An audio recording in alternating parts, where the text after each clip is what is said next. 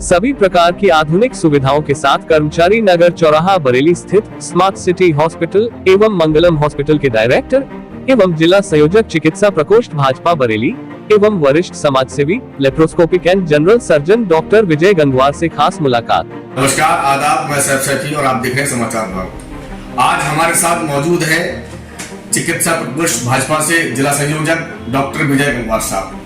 आइए हम इनसे जानते हैं, क्योंकि बहुत नजदीक 2024 का चुनाव भी आ चुका है, किस तरह की बरेली में तैयारियां चल रही हैं। डॉक्टर साहब, बहुत बहुत स्वागत है समाचार भाग में आपका। धन्यवाद। मैं डॉक्टर विजय गंगवार हूँ और मैं जनरल सर्जन हूँ पेशे से। मैंने अपना MBBS king George medical college Lucknow से किया था। उसके बाद में MS मैंने MLB मेडिकल कॉलेज झांसी से किया है और मैं पिछले 13 साल से बरेली में सर्जरी का कार्य कर रहा हूँ। और इस समय मेरा 2 हॉस्पिटल हैं।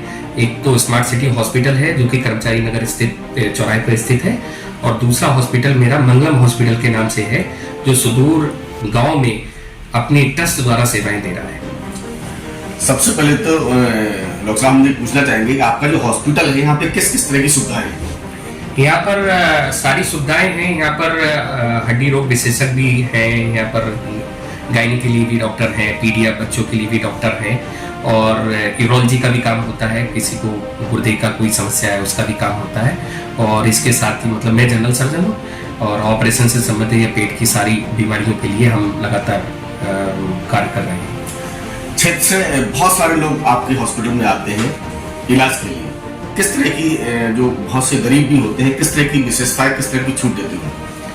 यहाँ पर एक जैसे हमारा जो ट्रस्ट द्वारा संचालित हॉस्पिटल है मंगलम हॉस्पिटल, उसमें तो हमने सिर्फ मात्र 6,000 रुपए 6,200 रुपए जमा करके हम ये पेट की पथरी है, बच्चेदानी के ऑपरेशन और इस टाइप के हर्निया के ऑपरेशन ये सब करते हैं। उसमें लगभग 3-4 हजार रुपए की दवाइयों का खर्चा रहता है। कोई अगर गरीब है तो, और आयुष्मान जो हमारे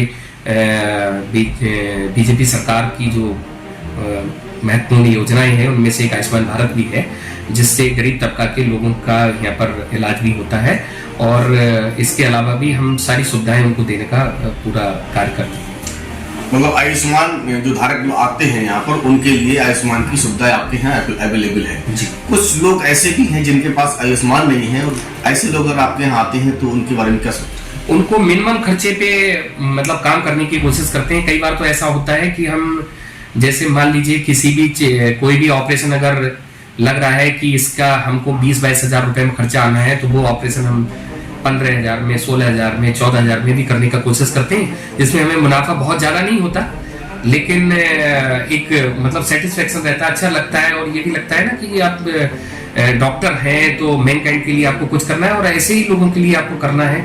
जैसे मैं पिछले कई सालों से इवनिंग OPD मैंने फ्री कर रखी है। शाम को आप सोमवार से शुक्रवार तक अगर कोई भी व्यक्ति आता है, वो अगर पेट से संबंधित कोई बीमारी लेके आता है या फिर कोई ऐसी बीमारी है जिसके बारे में चाहे वो मेरे स्पेशलिटी की नहीं है, लेकिन वो कुछ जानना चाहते हैं, दूसरी जगह जाते हैं, अगर वो संतुष्ट नहीं है वहां से, डॉक्टर उनकी बात को नहीं समझ पा रहे हैं, वो डॉक्टर की बात को नहीं समझ पा रहे हैं, तो ऐसे भी लोग आते हैं कि हमारा इलाज सही चल रहा है, डॉक्टर साहब क्या कह रहे हैं, क्या नहीं कह रहे हैं। तो उनको हमने निःशुल्क में एक सुविधा दे रखी है कि हम शाम को सोमवार से लेकर शुक्रवार तक 6 से 8 उनके लिए बिल्कुल फ्री में इलाज करते हैं। देखिए, हमारे साथ ये डॉक्टर विजय गंगवार बने हुए हैं। इनका एक बहुत बड़ा एक अच्छा इन्होंने सोचा है, क्योंकि एक समय इन्होंने ऐसा भी रखा है जिसमें OPD जो कमजोर लोग हैं, गरीब लोग हैं, जो बेसहारा हैं, जिनके पास पैसे की दिक्कत है, उनके लिए OPD फ्री करते हैं। क्योंकि मैं चुनाव भी चल रहा है, और कुछ जनता से चुनाव को लेकर कुछ कहना चाहते हैं? जनता का पार्टी के लिए मैं तो भारतीय जनता पार्टी का एक पदाधिकारी हूँ, कार्यकर्ता हूँ। तो जैसे जैसे हमारी पार्टी ने, हमारी सरकार ने काम किया है पिछले 10 सालों में, तो काम जैसे हमारे पार्टी के संस्थापक पंडित दीनदयाल उपाध्याय जी ने कहा था कि हम अंत्योदय के पार्टी विचारधारा पे काम करेगी और कर रही है। तो पार्टी का ये मानना है कि जो बिल्कुल अंतिम पायदान पर कोई व्यक्ति खड़ा है, तो उसके लाइफ स्टाइल को बहुत अच्छा करना, और पार्टी उसके लिए लगी है। और ये जनता भी जान रही है, वो किसी भी धर्म के हो, संप्रदाय के हो, किसी भी जाति के हो, यहाँ पर कोई वोट बैंक की वो राजनीति रही नहीं यूपी में। और इस बार जनता भी समझ रही है कि हमारे साथ जो बेहतर कर रहा है, आयुष्मान योजना जो लेके आए हैं, उज्ज्वला गैस योजना जो लेके आए हैं, गांव में बिजली का जो करके आए, गांव में सड़कों का हो, गांव में पानी की व्यवस्था हो, पेयजल हमारे गांव में, मेरे गांव में पाइपलाइन पड़ रही है, जो मैं कभी जिंदगी में नहीं सोच सकता था ऐसा भी होगा। और इस सरकार में, हमारी सरकार में सबसे अच्छा ये है कि जो हम सोच रहे हैं वो हम कर रहे हैं, और वो लगातार कर रहे हैं। तो जनता सब देख रही है, और जनता फिर से आशीर्वाद के रूप में हमें फिर से स्थापित करेगी, ताकि हम उसके भले के लिए लगातार फिर कार्य करेंगे। और बस जनता जनार्दन का हमें सहयोग चाहिए। हमारे जो माननीय प्रधानमंत्री हैं श्री नरेंद्र मोदी जी, वो लगातार विकास के कार्य कर रहे हैं। और आजकल आप देख ही रहे हैं कि एक ग्लोबली हमारे देश का मान बढ़ा है।